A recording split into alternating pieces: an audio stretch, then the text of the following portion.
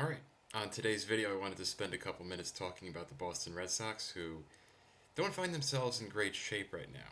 Having just been swept out of the Motor City, they got swept by the Detroit Tigers, which on its face is not a big deal, right? The Tigers are having the best record in Major League Baseball. They've had a fantastic start to the season, and they had a great end of the season in 2024. Of course, they lost in the playoffs, but still, very good season for the Tigers, and they seem to have carried that over here in the early part of 2025. So, for the Red Sox, they obviously went into Detroit having just won the series in Kansas City, and I thought they played some pretty good games in Kansas City.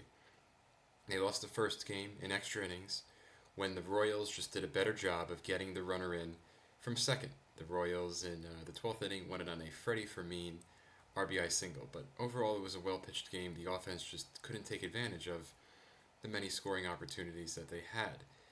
And then on Saturday, the Red Sox were back to what I thought was vintage form for them, or the kind of form that they're going to need to continue to exhibit on a more consistent basis if they're going to have any shot of contending and being successful here. So behind Garrett Crochet and a four-hit game from Rafael Devers, yes, the same player who had been involved in a lot of controversy a couple days prior, the Red Sox mauled and throttled the Kansas City Royals. So it was a very convincing win on Saturday. And then on Sunday in the finale, it set up a nice rubber match, which the Red Sox were also able to claim, behind fairly good pitching from Lucas Giolito and a key two-run home run from Rafael Devers.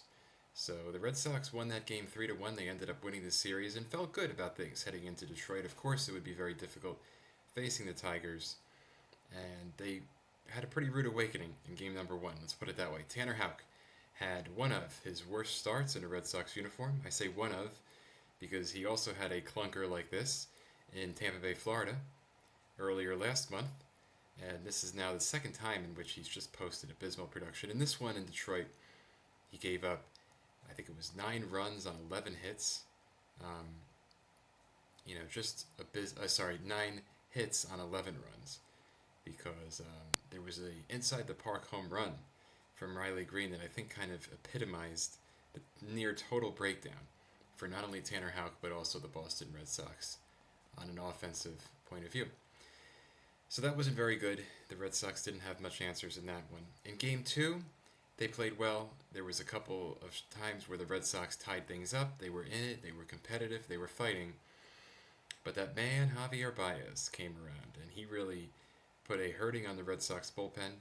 He hit a pair of 3-run home runs, and the Boston Red Sox were unable to respond to those 2 body blows delivered by Javier Baez. The bullpen, Garrett Whitlock in particular, they just did not play very well. Chapman looked good in that game, and again, there were things offensively to like, but they just weren't consistent enough.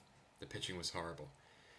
And then in the final game of this series, again, there was a lot of things that looked good, that you could dream on from a Red Sox point of view. They fell behind, but they came back.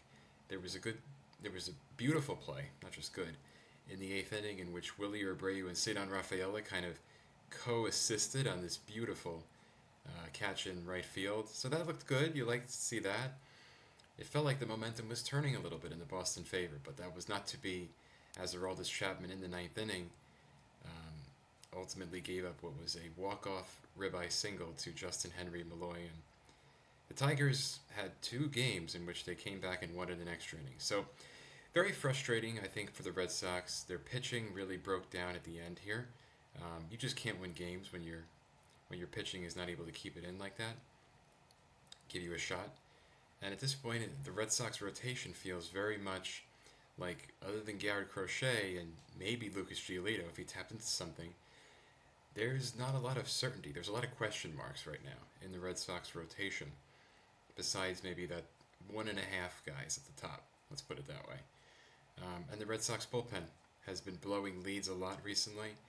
I still think they are going to turn things around, but the facts are that they've been blowing a lot of leads lately, and it's put a lot of stress on the offense to come back, which again, the offense has looked good, but there are a couple of warning signs sprinkled throughout. Trevor Story has cooled off a little bit. He started good, but he's been cooling off recently. Same with Christian Campbell.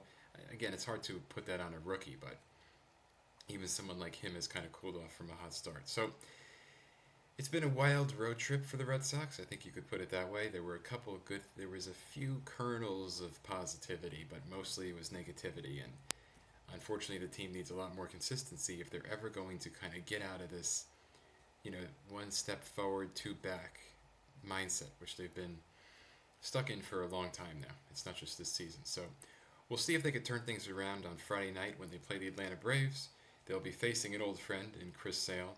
Red Sox and Braves Friday night at Fenway Park. That will be a fun one, as well the rest of the series will be. So we're looking for more consistency from the Boston Red Sox. This road trip signaled that they're just not ready to kind of grab hold of that consistency mantle just yet. But there is still plenty of season left. They need a couple things to start breaking their way.